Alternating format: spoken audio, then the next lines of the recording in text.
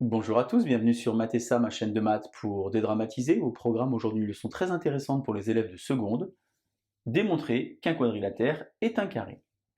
Nous sommes bien évidemment dans le chapitre de seconde qui traite de géométrie repérée. Je vous insère comme d'habitude le lien vers la playlist du chapitre afin que vous puissiez vérifier vos acquis et vos connaissances. Connaissez-vous justement les deux formules qui sont dans ce chapitre? Celle qui va vous permettre de trouver par le calcul les coordonnées du milieu d'un segment et celle qui va vous permettre de trouver la longueur d'un côté d'un quadrilatère. On a donc aujourd'hui, avant de commencer, une notion très importante. Cette notion, c'est celle d'un rond, un repère orthonormal direct OIJ, car pour pouvoir utiliser la formule de la longueur, il faut évidemment ici avoir un repère orthonormal. Alors la première question qu'on doit se poser ensemble, c'est qu'est-ce que c'est qu'un carré? Je vous ai fait ici une petite représentation de la situation. Eh bien, un carré, c'est naturellement un quadrilatère, c'est-à-dire une figure avec quatre côtés. Ces quatre côtés sont de même longueur. Vous avez ici un codage. Vous avez quatre angles droits, autre codage, et les diagonales sont perpendiculaires et de même longueur. J'aurais pu rajouter les diagonales ont le même milieu, mais évidemment, si ce n'est pas le cas, on n'aura pas un carré. Alors vous avez, pour montrer que vous avez un carré, 6 calculs obligatoires. Vous pouvez tourner le problème dans tous les sens que vous voulez. Il y a différentes méthodes que je vous ai indiquées au tableau, mais dans tous les cas, vous avez 6 calculs à faire. Soit vous décidez de passer par les côtés, et vous dites donc que les quatre longueurs des côtés sont les mêmes, mais attention, attention piège, si les quatre longueurs des côtés sont les mêmes, le quadrilatère est un losange, ça ne suffit pas pour montrer qu'on a un carré.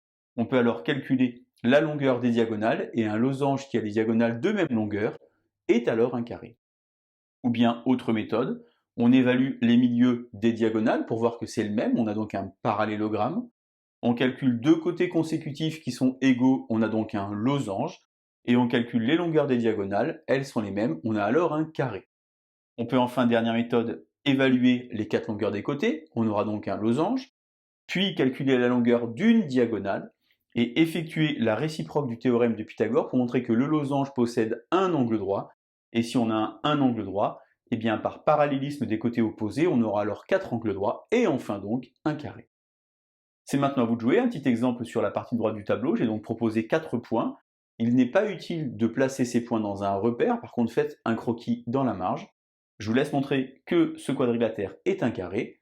Un brouillon, un crayon. Et c'est parti. On a donc 4 points A, B, C, D. Moi, je vous invite vraiment, à mon avis, c'est important, à faire un petit croquis comme ceci, juste pour poser les lettres et bien comprendre de quoi on parle. Ici, j'ai choisi ABCD, c'est assez facile. Si par exemple il s'appelait ABDC, attention alors à la position des lettres. On va donc évaluer la longueur des quatre côtés, on va donc utiliser la formule du cours. Je vous insère évidemment le lien vers la vidéo qui traite de longueur d'un segment, si vous avez oublié comment est-ce qu'il faut faire.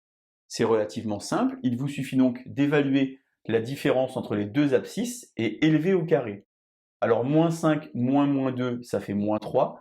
Vous pourriez éventuellement utiliser 5 moins 2 et ça ferait 3, c'est-à-dire que l'ordre ici xa moins xb ou bien xb moins xa n'a pas d'importance, car de toute façon derrière on va élever au carré. On a donc ici moins 5 moins 2, ça fait donc moins 3 au carré, ça fait 9. Et ici moins 2 moins 6, ça fait 4 au carré, ça fait 16. 9 et 16, 25, racine de 25, j'obtiens 5. Je réitère avec BC. Ici, je vais donc avoir 4 au carré, 16. Et ici, 3 au carré, 9, 5. Je recommence avec CD. 3, ça fait 9. Et ici, 4, 16, 5. Et enfin, DA, 16, 9, racine de 25, ça fait 5. J'ai donc ici les quatre côtés AB, BC, CD et DA qui ont la même longueur.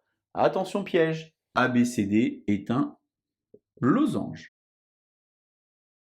Je calcule alors la longueur d'une des deux diagonales. Je pourrais faire AC ou DB, c'est la même chose.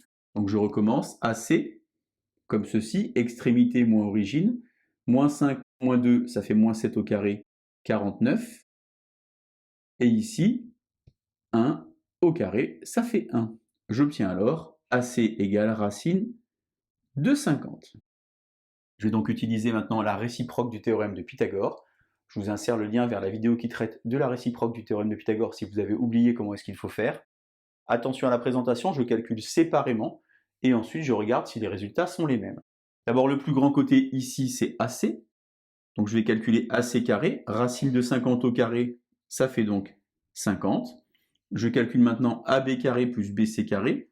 Les valeurs sont ici. J'ai donc 5 au carré plus 5 au carré, 25 et 25, 50. Et puisque AC carré égale AB carré plus BC carré, d'après la réciproque du théorème de Pythagore, ABC est rectangle en B.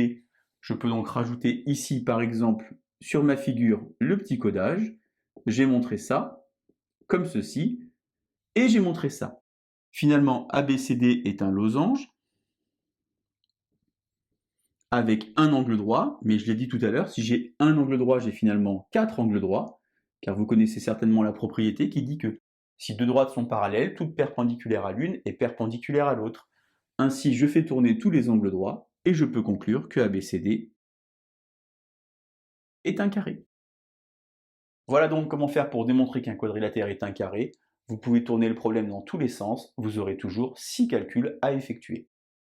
Allez, je vous laisse vous entraîner, et je vous dis à bientôt sur Math et ça. Bonne journée.